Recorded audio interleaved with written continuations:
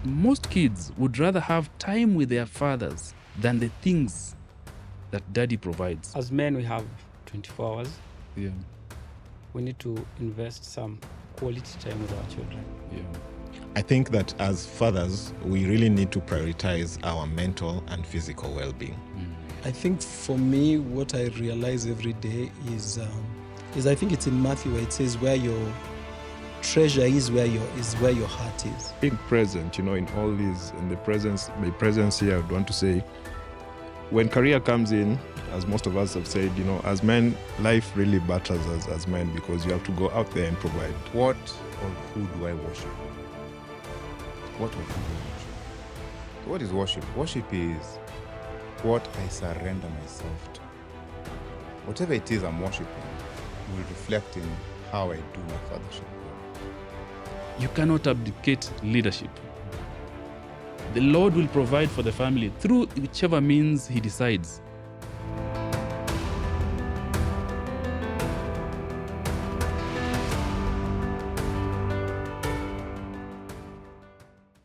And the next challenge a father would ask out here, that sounds very nice, but it only works for the panelists. I don't have time to do this fatherhood business. I am not good enough as a father. I have already messed up. They would be overwhelmed with guilt and shame. And many of the fathers, according to a certain research, fathers find that they have a challenge of time. When do you get time to take a 2-year-old for a walk? When I'm busy looking for money. What time do I have to pack lunch or a snack to go and collect a 10-year-old daughter? What time do I have to get into the swimming pool and teach my daughter? So they say, that research says, most men say and look at fatherhood as a positive experience that is central to their identity, yet they still struggle with taking up the role of fatherhood. They see it as a positive experience, critical to their identity, but they still have a sense of guilt. I am not good enough to be a father. The same research says most men say they spend too little time with their kids due to work and other commitments. So they have a good heart, they have a pure heart, they want to be intentional, but they find that the issues of life take them away from the role of a father. And lastly, and this you'll find very interesting, that most kids would rather have time with their fathers than the things that daddy provides. This has been so true for me in the last 7 years, that I have been in a season where I did not have meaningful employment and engagement. And as a result, I have found that I've had a lot of time with our 7-year-old son. And when I looked at this research, that most kids would rather have time with their dad than the things that he provides. In that season, I realized I have been intentional in creating pleasant memories for our 7-year-old child.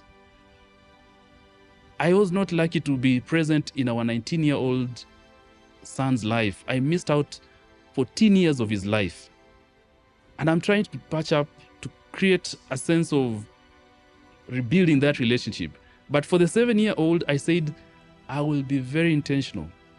And as God designed it, I might not have been able to wake up and get engaged with work and other engagements, but I've been present and poured of myself into our son.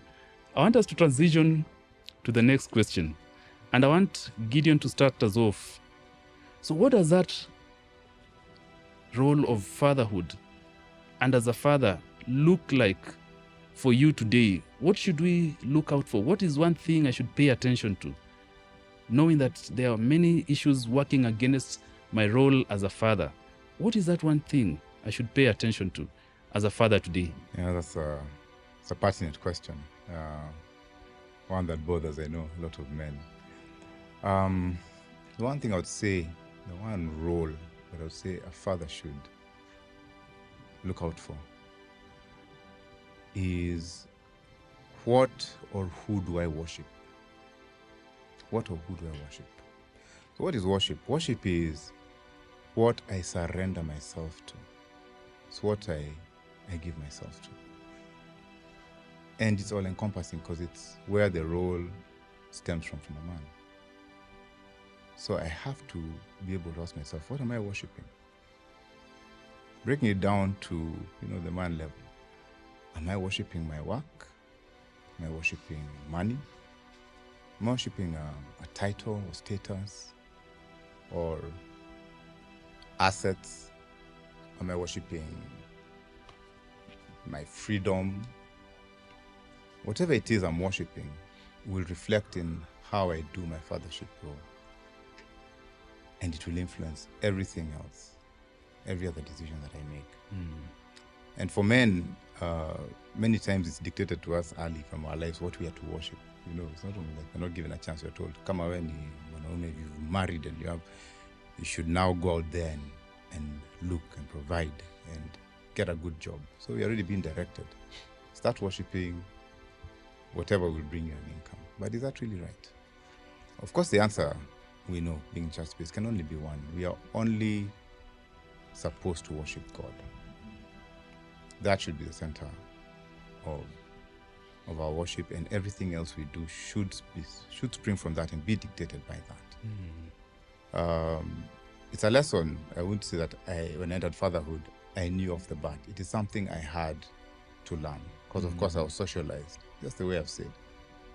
You're married and you have children, you must be there to provide for them. So early on, I was, running around trying to get the best opportunity. And I remember one of the examples I had because I was thinking, the job has to be there, the job. One of the jobs I got early was a job that would take me out of the house at 5 a.m. and return me back at 9 p.m. And I realized with my first child, at some point, they did not know who this stranger is who would walk in, because I would leave when they were sleeping and return when they were asleep. So I think it was one weekend. Again, the child looked and just ran away. Like, there's a monster in the house. Who is this? They realized the child doesn't know. Has forgotten who that person is. Has forgotten. So I had to make changes. Yeah. That's saying that if I want to be present, active, supportive, and demonstrative, then I have to change and prioritize things. And God helped me. Yeah. Of course, the journey has been one of learning. But I've learned that my worship of God should dictate everything, should dictate the career choice I make, the opportunities I say yes to or no to, and including and up to what kind of provision I want to bring in the house. And that's a thing of sacrifice, because worship is also sacrifice. And it's very important because very likely what a father worships, what I worship, is going to influence what my children also worship. So if I'm worshiping status, money, my own personal freedoms and all that, I will raise children who are going to do the same thing. And then that leads me to ask myself a question. Am I driving my children to God or away from God? It influenced the decision we made early with my wife. We started a Bible club when children were still, toddlers and all that, because that was the passion. We said we wanted to give God what He asked for. In the book of which book is this? The last one in the Bible. In the Old Testament. Malachi. Where God doesn't ask us for many things, but something is expressly stated in Malachi is that I desire godly offspring. He said, if God has asked us for godly offspring, what are we doing to give Him that? So we started a Bible club. And I can tell you that Bible club took almost all the resource that we had. And it was a Bible club started, of course, for our children in the home, but it's so rapidly expanded. It took the children in the neighborhood, in the school, in the kindergarten where we were going. And before we realized it, we were totally all in raising a godly offspring. Yeah. And God blessed that, because He told us at that particular point, now you've got it. Now you're demonstrating your worship of me, your children. And He's blessed us, ever since that point. So I would say the role of a father is centered around what a father chooses to worship. Yeah. And the answer we already know can only be one. We must worship God and demonstrate that. That's a powerful perspective. What the father chooses to worship, the children will model after that which the father has chosen to worship. If we are worshiping our careers, our material wealth, our social status, that is what we are wearing and imprinting into our kids' minds. that is a thing, or the aspect of life that we should pay attention to and worship. But thank you, Gideon, for that powerful reminder. Ishmael, what is this thing that men should pay attention to in their roles as a father? Okay. I think for me, just to add on what Gideon has said, it's time. As men, we have 24 hours. Yeah. We need to invest some quality time with our children. Yeah. Most of us wake up before, the kids, or we wake up to see off the kids to school at 10 minutes in the morning. Alafu jioni tunafika 7:30. By 8 watu wamelala. So in a day, roughly, if you're doing 2 hours, your son or your daughter, uko fiti sana. If you're doing 1 hour, you're doing very well. But most of us do either 45 minutes max in a day. Yeah. And then you find in a week that's 5 hours by Friday, and then Saturday, Sunday, of course, kamkutano hapa, sherehe hapa, kidogo meeting. Yeah. Monday imeingia site, umeanza si mjengo, umeanza kufanya job tena. So what I'd implore to many men is tafuta time na watu wako. Hauwezi get quality time bila quantity time. Yeah. Lazima kuwe na hiyo quantity time. Lazima kuwe na hiyo, in the 4 hours, 3 hours, you play with them, you run around with them. Hizo 4 hours, the quality moments zitatokea. So I'd really implore to many men, kama mtu wako kwa Sunday school, ingia Sunday school userve. Acha kuone. Kama mtu wako ni teen, anafanya ushering, pia wewe ingia ushering to serve church. Yeah. Kama kuna meetings za men, wabebe. Kama ni 14 year olds, kama ni nini, wabebe ndeni nao. Kama unaenda kuona mabiste wako, beba watu wako, enda nao waone mabiste wako. Kama mabiste wako hiziona watu wako, inamaanisha si mabiste right. Inamaanisha probably amfanyi the right thing. Ndio maana uzitaka watu wako waone. So try to spend weekend, because of course you have to provide, you have to do these other things. Get time weekend, get time Sundays, try either kuserve or kuone, try either spend time now, try kutembea nao kila mahali. When Byron alisema, driving with his son made his son speak up. Remember that was almost a month ago or 2 months ago, but he still remembers. Let's invest the quantity time, and from that we'll get the quality time. Yeah. If in a week we are spending 5 hours with our children, 10 hours maximum, in a year, that's roughly 520 20 hours. If you divide in the number of days, it's less than a month. Tumeacha watu ima house help mazi. Na ni baba yao. Ukikama home umejam, uko na stress kwa kichwa. Furahi. Umekasirika kila wakati. Siasa isikukasirishe, kuja unakasirikia watoto. Kazi umefurahi, unasmailia kila mtu. Kuja nyumbani ndio unakaa umejam. Unajamishwa nini? Kama ni mama mnapiga kelele, mwambie wewe tu kufurahi. Sasa watoto nyumbani imekuwa ni kelele, stress, mnakasirikiana, mtoto haoni furaha. Mzee kiingia nyumbani hivi, watoto wanakasirika. Wanakimbia kama wajamaa wangu hapa. Haifai kuwa hivyo.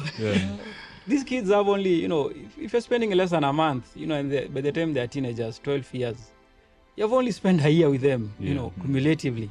Because usiku sasa tunalala nao, you've only spent a year with them maximum. But if you look at the quality that, house help and spend na I not on our model. So as men, I would implore you, let's spend time with our children. Let's have cliques and friends whom we can go with our children to try and do activities that your children can do. Kama una do hikes na unapenda, try and do a run, probably that will involve your child. Yeah. And in the run akichoka utaona venye amejam, probably ata curse word afu tamwambia wewe hiyo maneno tufanyangi hapa. Yeah. Sisi ni watoto wa Mungu, you know. And from that you'll be able to model them to the children that you want. And that's what I'd say. Thank you Ishmael. Wazazi wa fathers wa baba wasikasirike, wasilete makasiriko nyumbani. It reminds me of this scripture in Ephesians chapter 6 verse 4 that says, "Fathers, do not provoke your children to anger, but bring them up in the discipline and instruction of the Lord." They are soaking in the energy that you're creating. If we are the people who don't bring joy to the home, they are taking that in and they are going to pass it on to their own children and their own families. And that's a very powerful reminder. Byron. Yes, Einstein. What would you tell the present day dad? What is this they should pay attention to? Thank you, Einstein. And I want to pick it up from what Ishmael has just said about makasiriko. Yeah. I think that as fathers, we really need to prioritize our mental and physical well-being. Fatherhood is not sustainable without self-care. You know, a lot of things out here batter us as men. You know, some of us are looking for jobs. Or where you are, you know, I mean, we've been working with some of us.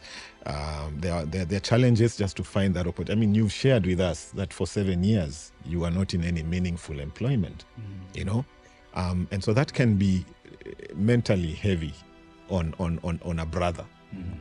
Sometimes it's business. I was doing business with my wife, you know, amazing mother to my children. Na hiyo pesa ilikunywa maji. And part of those investments are things that people had, you know, brought on board. We had investors who had come on board. Yeah. And so how do you manage that? It is very stressful. Yeah. And so at one point I was looking at it and I'm like, will I let this loss swallow me up and finish me? Or do I really need to remember and focus on the fact that I have a family to raise and my boys are still young?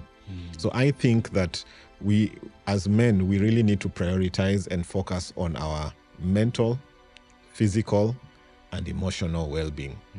We cannot be good dads if we are giving from an empty cup.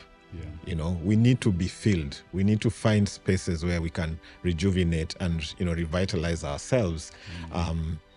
And it goes to the simple things like just going to the gym, feel here runs, feel fitness, which does exactly what I'm talking about. Just making sure that men can go in and exercise and live there with new energy and just feel refreshed. Yeah.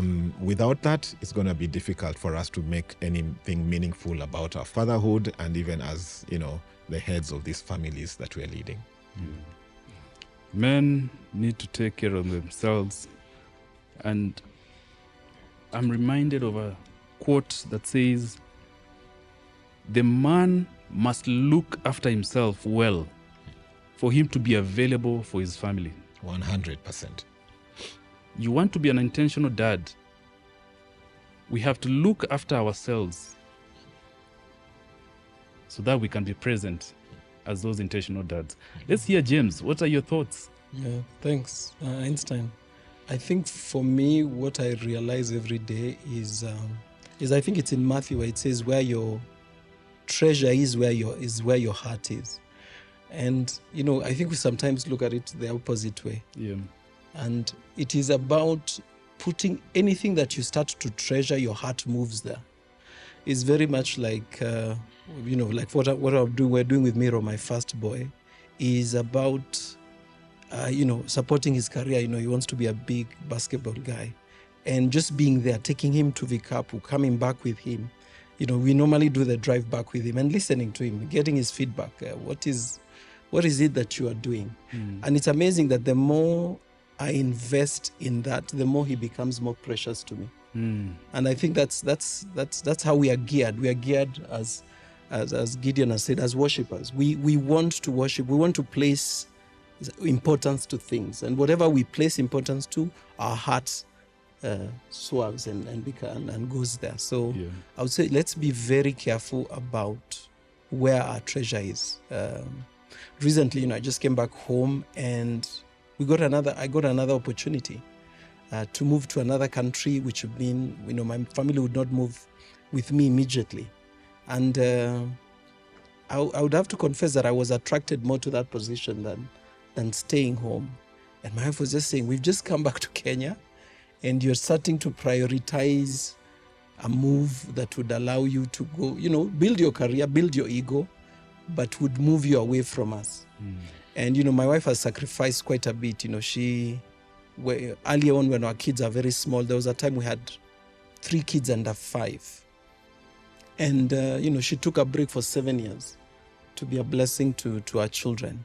And, for me to honor that and for me to treasure that was actually to almost sacrifice his position. And there was a bit of, I can't say my heart was there, but I learned, even as I observed my heart moving towards that position, am I placing treasures? Am I starting to fantasize? Am I starting to see myself in that position? So I would say it's very important what we put treasure to. Yeah, so that's what I would say. Yeah. Thank you, James, and thank you for that powerful example from your life. Phil, what is that one thing that the present day father should pay attention to? Thank you, Einstein, and very great thoughts from my brothers. Yeah. I think as men, we've been the major roles, of provision, protection, even prophecy, speaking blessings on our children, but also just being present, in all these, and my presence here, I would want to say, when career comes in, as most of us have said, as men, life really batters us as men because you have to go out there and provide. In our mind, we've been told that you have to provide for your family, which is a big role. And I'd say I'm blessed because the opportunity to run a business has given me the chance that I can, spend time, I can control whatever hours I have and be intentional. So I think it's important, and I've seen this with my daughter. It's very important in the morning before she goes to school, and we have a moment to just speak and bless her and say, go and have a wonderful day. May you shine. May God bless you.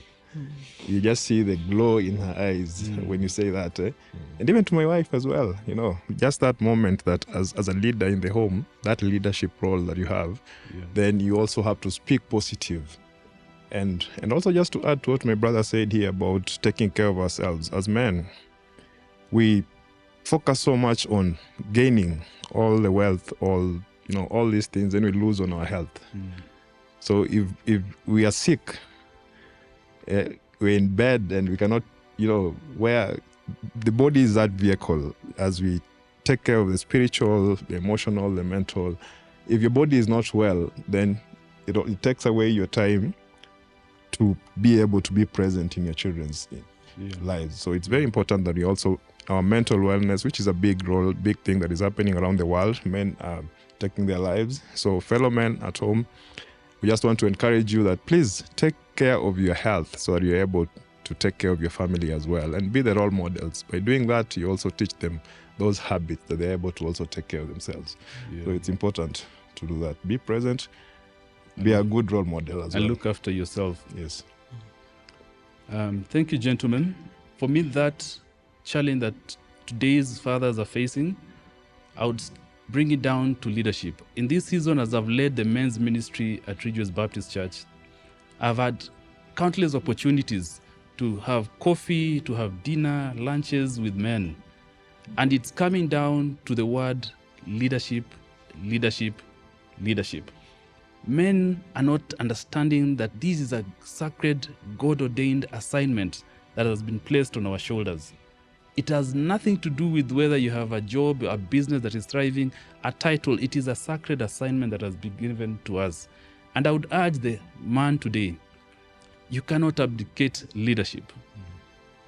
The Lord will provide for the family through whichever means He decides. It could be your spouse, it could be a business, it could be a profit that you put an investment somewhere else. But the aspect of leadership is something we cannot run away from. And leadership is as simple as you opening the Bible, reading a scripture, a passage, taking time to explain that to your family, being present. Let the children get to hear you speak, see you physically present and engaging in their lives, in the mundane activities of their lives. And that word leadership is what many women have told me. Tell the men, we are looking for leadership. We are desiring that they lead. We don't want to lead. We don't want to be the ones running the home. It is strenuous, it is hard on us. We want you to lead. We want God-ordained men taking charge and taking us to where the family should be headed. And that word leadership is what I would urge the man today, the father today, to pay attention to. What does that look like in your practical life?